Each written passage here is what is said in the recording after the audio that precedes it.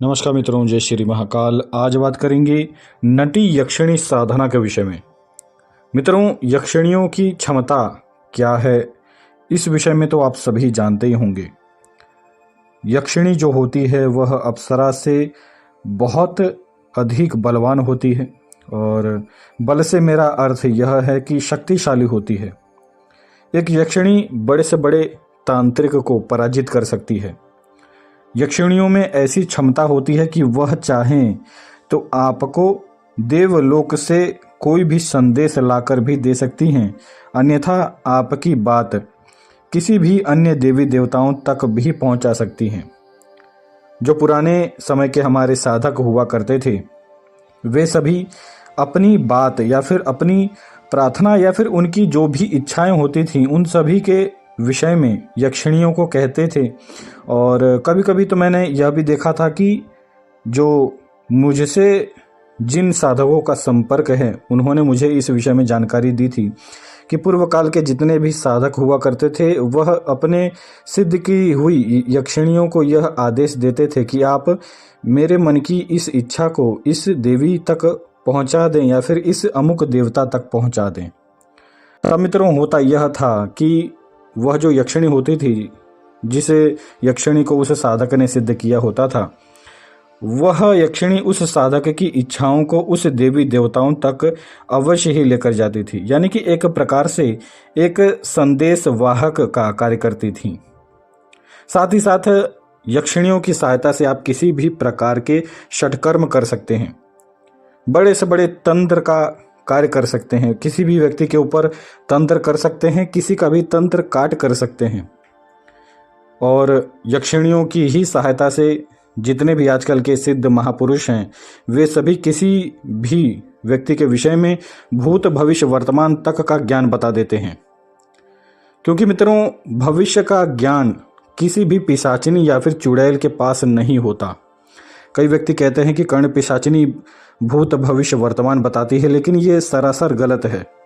कर्ण पिशाचिनी आपको किसी भी वस्तु के विषय में जानकारी देगी, लेकिन ज़्यादातर यह देखा गया है कि भविष्य के विषय में जब भी कर्ण पिशाचिनी जानकारी देती है या फिर किसी भी प्रकार का ज्ञान देती है, तो वह ज़्यादातर असत्य ही होता है। कोई भी शक्ति आपको किसी भी प्रकार की जानकारी या फिर ज्ञान देने से कभी भी मना नहीं करेगी, लेकिन बात यह होता है कि कई सात्विक शक्तियां जो होती हैं, वे सदैव एक सच्चा ज्ञान देती हैं, या फिर यह कहें कि जो सत्य ज्ञान होता है उसी विषय में जानकारी देती हैं।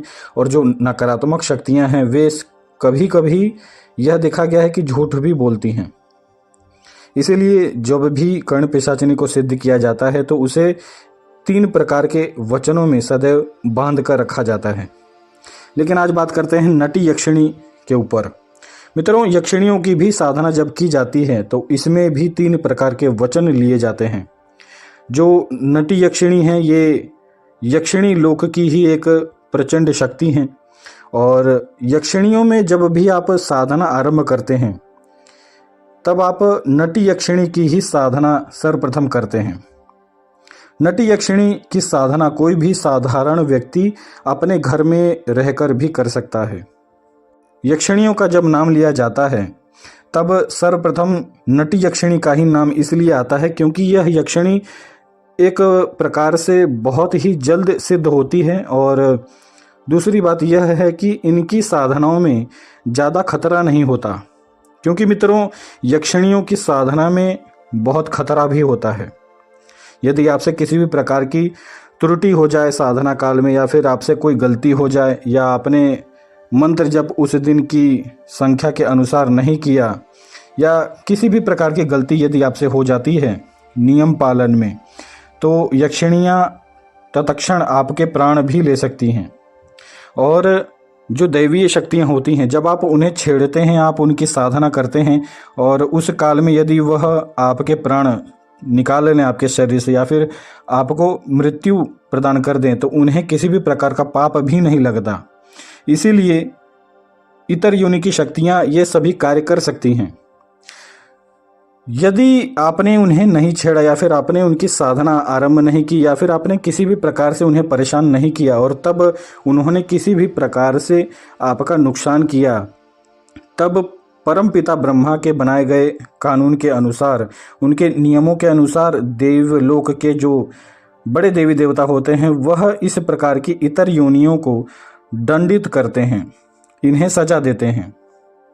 और एक नियम और भी है कि जब तक आप किसी भी शक्ति को छेड़ते नहीं हैं या फिर उसकी साधना नहीं करते या फिर उस शक्ति को सिद्ध नहीं करते, तब तक किसी भी प्रकार की शक्ति आपको प्रत्यक्ष दर्शन नहीं दे सकती।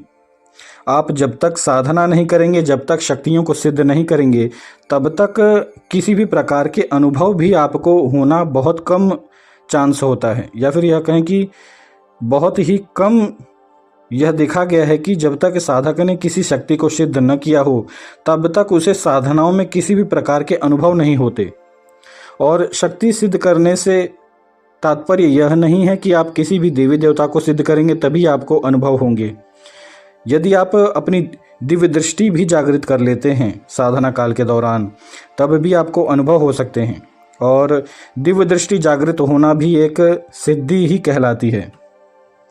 तो आइए मित्रों, नटी यक्षिणी के विषय में आज जान लेते हैं कि आखिर नटी यक्षिणी की साधना कैसे करनी है और यह यक्षिणी किस प्रकार से सिद्ध होती है। मित्रों, नटी यक्षिणी भी अप्सराओं की ही भांति बहुत ही सुंदर हैं और इनका सौंदर्य बहुत अधिक होता है। जब साधक इन्हें सिद्ध कर लेता है और जब इनके प्रत्यक्ष दर्शन होते हैं तो इनके रूप को देखकर साधक कुछ क्षणों के लिए अचेत भी हो जाता है, क्योंकि यह बहुत ही सुंदर होती हैं। और नटी यक्षिणी अपने साधकों को किसी भी प्रकार से कोई भी तकलीफ भी नहीं देती, किसी भी प्रकार की कोई परेशानी नहीं देती, क्योंकि नटी यक्षिणी एक प्रकार से एक सात्विक देवी कहलाई जाती हैं।